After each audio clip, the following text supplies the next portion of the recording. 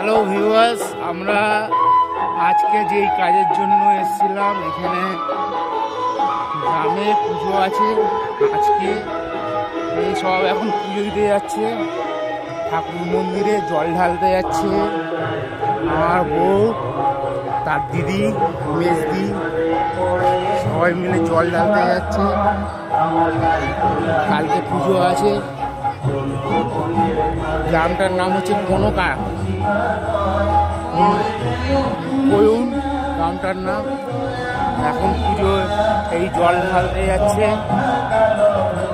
পুজো আজকে এই মন্দিরটা আমরা যে কাজের জন্য